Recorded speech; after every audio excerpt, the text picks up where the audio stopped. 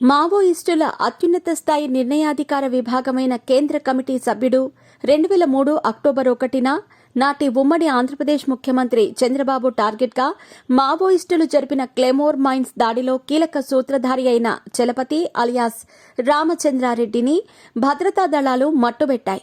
ఛత్తీస్గఢ్లోని గరియాబంద్లో సోమవారం రాత్రి జరిగిన ఎన్కౌంటర్లో చలపతి చనిపోయాడని భద్రతా దళాలు వెల్లడించాయి. చలపతి స్వస్థలం రాష్ట్రంలోని చిత్తూరు జిల్లా. బస్తర్లోని అబుజ్మద్ దండకారణ్యంలో అతడు చాలా కాలం పాటు చురుకుగా కార్యకలాపాలు కొనసాగించాడు. మావోయిస్టులకు వ్యూహరచన చేయటంలో, కార్యకలాపాలను నడిపించటంలోనూ చలపతి కీలక పాత్ర పోషించాడు. అతడికి ఎల్లప్పుడూ 8 నుంచి 10 మంది వ్యక్తిగత గార్డులు భద్రత కల్పించేవారు. చలపతి తలపై ఏకంగా ₹1,00,00,000 రివార్డు కూడా ఉంది. అబుజ్మద్ అటవీ ప్రాంతంలో ఎన్కౌంటర్ల సంఖ్య పెరిగిపోవడంతో భద్రత కోసం కొన్ని నెలల క్రితమే చలపతి తన స్థావరాన్ని ఒడిశా సరిహద్దుకు మార్చారని ఇంటెలిజెన్స్ సంస్థలు పసిగట్టాయి. ఈ విషయాన్ని భద్రతా దళాలకు చేరవేశాయి. దీంతో పక్కా వ్యూహంతో, సమాచారంతో రంగంలోకి దిగిన భద్రతా దళాలు చలపతిని మట్టుబెట్టాయి. బిజీగా గడుపుతున్న లైఫ్ లో చిన్న బ్రేక్ తీసుకుని ఎంజాయ్ చేయాలి అనుకుంటున్నారా? అయితే వెంటనే ఆర్వే వెకేషన్స్ ప్రైవేట్ లిమిటెడ్ ని సంప్రదించండి. మరిన్ని డీటెయిల్స్ కోసం సంప్రదించండి 7997979960. గరియాబంద్ ఎన్కౌంటర్లో చలపతితో పాటు స్పెషల్ జోనల్ కమిటీ సభ్యుడు గుడ్డు కూడా చనిపోయినట్టు భద్రతా దళాలు వెల్లడించాయి. ఎన్కౌంటర్ ఇంకా కొనసాగుతూ ఉండటంతో ఈ సంఖ్య పెరగవచ్చని భద్రతా దళాల అధికారులు చెబుతున్నాయి. జిల్లా రిజర్వ్ గార్డ్ డీఆర్జీ, సిఆర్పీఎఫ్ తో పాటు ఛత్తీస్గఢ్కి చెందిన కోబ్రా, ఒడిశాకి చెందిన స్పెషల్ ఆపరేషన్ గ్రూప్ నకు చెందిన దాదాపు 1000 మంది భద్రతా దళాలు సంయుక్తంగా ఈ భారీ ఆపరేషన్ నిర్వహిస్తున్నాయి.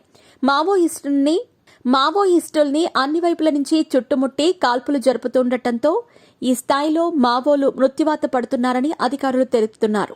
ఒడిశాలోని సుపద జిల్లా సరిహద్దుకు కేవలం 5 కిలోమీటర్ల లోపల ఛత్తీస్గఢ్లోని కులారిఘాట్ రిజర్వ్ ఫారెస్ట్ ఏరియాలో ఎన్కౌంటర్ జరుగుతోందని చెప్పారు. ఇంటెలిజెన్స్ సమాచారం ఆధారంగా ఎన్కౌంటర్ మొదలు పెట్టామని వివరించారు.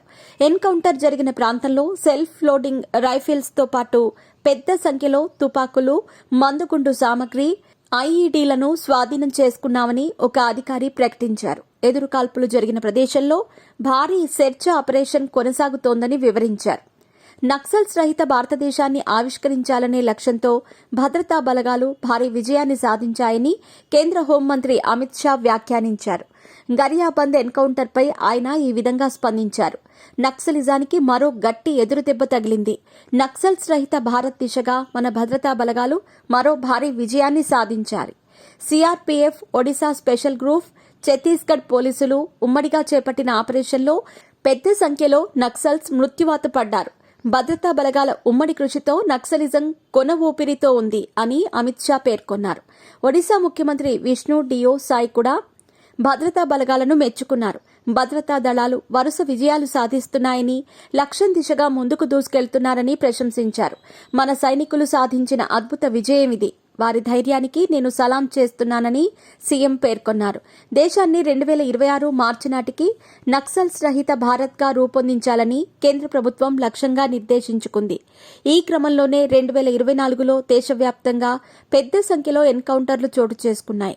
ఒక్క ఛత్తీస్గఢ్లోనే భద్రతా బలగాల చేతిలో 200 మందికి పైగా నక్సల్స్ హతమయ్యారు. గతేడాది దేశవ్యాప్తంగా 219 మంది మావోయిస్టులు చనిపోగా అందులో 217 మంది బస్తర్ ప్రాంతంలో జరిగిన ఎన్కౌంటర్లో చనిపోయారు.